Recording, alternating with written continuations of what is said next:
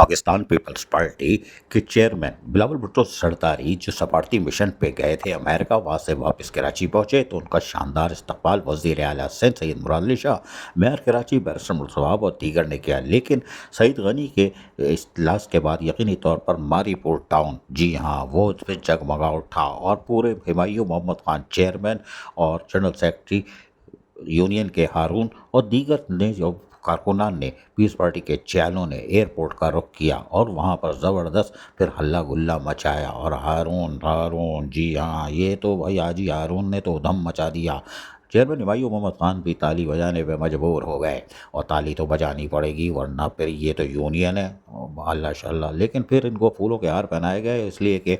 सब बिलावल भुट्टो जरदारी के इस्तकबाल के लिए कराची एयरपोर्ट की तरफ रवाना थे। इनके लिए बाकायदा जब ये रवाना हुए थे तो जुलूस की सूरत में, जी हाँ, मारीपुर टाउन के से जुलूस की सूरत में रवाना हुए थे और पाकिस्तान पीपल्स पार्टी के परचमों तले बस अब ज़बरदस्त नारेबाजी करते हुए तमाम पाकिस्तान पीपल्स पार्टी के जियाले और यूनियन के हाजी हारून और उसके साथ साथ दीगर कारकुनान हुमायूं मोहम्मद खान चेयरमैन मारीपुर टाउन पहुँचे और कैंपों पर भी जाके वो रुकते थे और कैंपों पर जाके मुलाकात करते थे और यहाँ पर यकीनी तौर पर उनकी भी हौसला अफजाई करते थे। जो सारे जियाले बिलावल भुट्टो सरदारी के इस्तकबाल के लिए कराची एयरपोर्ट तवा तवा थे।